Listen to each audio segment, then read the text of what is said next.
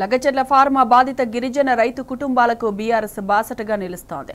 గిరిజనులకు జరుగుతున్న అన్యాయాలపై బాధితులతో కలిసి బీఆర్ఎస్ వర్కింగ్ ప్రెసిడెంట్ కేటీఆర్ ఇవాళ వివిధ జాతీయ కమిషన్లకు ఫిర్యాదు చేరున్నారు.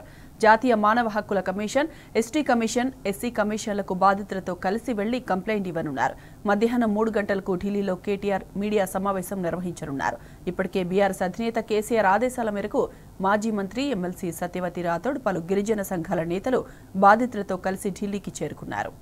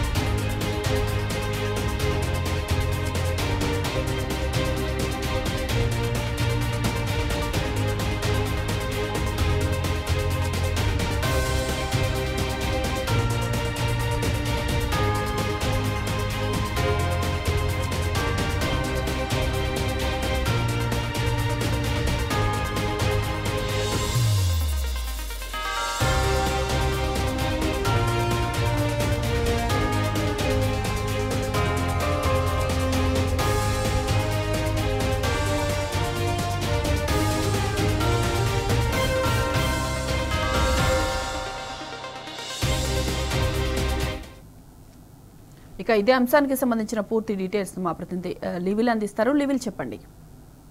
ఏదైతే ఫార్మా విలేజ్ల పేరు మీద ఇవాళ రేవంత్ రెడ్డి సర్కార్ కుట్రలు చేస్తున్నదాన్ని ఇప్పటికే బీఆర్ఎస్ పార్టీ ఖండించింది.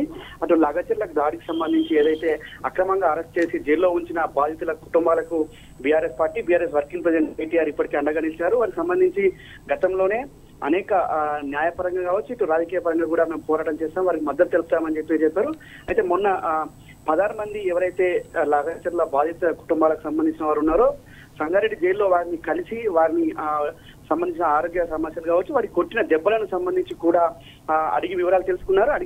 తెలుసుకున్న తర్వాత వారు చాలా చిత్రహింసలు పెట్టారు. పోలీసులు, ఇటు ప్రభుత్వం ఒత్తిడి చేసింది. రాజకీయంగా ఒత్తిడి చేయడంతో మా పైన పోలీసులు దాడి చేశారు, థర్డ్ డిగ్రీ ప్రయోగించారని చెప్పేసి వారంతా కూడా కన్నీటి పర్యంతమయ్యారు జైల్లో.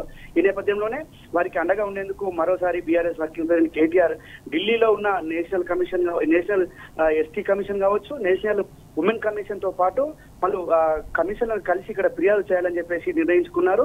ఇప్పటికే రాష్ట్రంలో ఉన్న ఎస్సీ కమిషన్ చైర్మన్ ను కలిసి ఫిర్యాదు చేశారు. వెంటనే బాధ్యులైన వారిపైన చర్యలు తీసుకుని చెప్పారు. కాసేపటి క్రితం హైదరాబాద్ కు బీఆర్ఎస్ వర్కింగ్ ప్రెసిడెంట్ కేటీఆర్ కూడా బయలుదేరారు. నిన్న మాజీ మంత్రి ఎమ్మెల్సీ సత్యవతి రాథోడ్ ఆధ్వర్యంలోని బృందం ఎవరైతే బాధిత కుటుంబాలు ఉన్నారో వారందరినీ ఢిల్లీకి తీసుకొచ్చారు. మరి కాసేపట్లో 11 గంటల ప్రాంతంలో ఇటు కమిషన్లను, ఇటు నేషనల్ ఉమెన్ కమిషన్ తో పాటు మానవ హక్కుల కమిషన్, ఎస్సీ కమిషన్, మహిళా కమిషన్ కలిసి ఏదైతే వారికి జరిగిన దుర్గతాన్ని ఖచ్చితంగా వివరిస్తామని చెప్పారు, ఫిర్యాదు చేస్తామని చెప్పారు. అంతేకాకుండా ఏదైతే వాళ్ళ లగచర్లకు సంబంధించి ఫార్మా విలేజ్ పేరు మీద దాడులకు మా గిరిజన మహిళలను చూడకుండా వారిపైన దాడులు చేయడం కావచ్చు, అంతేకాకుండా వారిని అర్ధరాత్రి అపరాత్రి అనకుండా తలుపులు పగలకొట్టి తీసుకెళ్లిన ఘటనలు ఇవాళ యావత్ తెలంగాణ రాష్ట్రంతో పాటు దేశాన్ని కుదిపేసి చెప్పుకోవచ్చు. ఈ నేపథ్యంలోనే ఇటు రాష్ట్రంలో ఉన్న ప్రభుత్వం రాజకీయంగా ఒత్తిడి చేసి అటు అధికారులను కావచ్చు, ఇటు పోలీసు వ్యవస్థను నిర్వీర్యం చేస్తున్నాయని చెప్పేసి దర్యాప్తు సమస్యలను కూడా వాడుకుంటున్నారు. అడ్డగోలుగా వాడుకొని ఇష్టం వచ్చినట్లు వివరిస్తున్న తీరు పైన ఇవాళ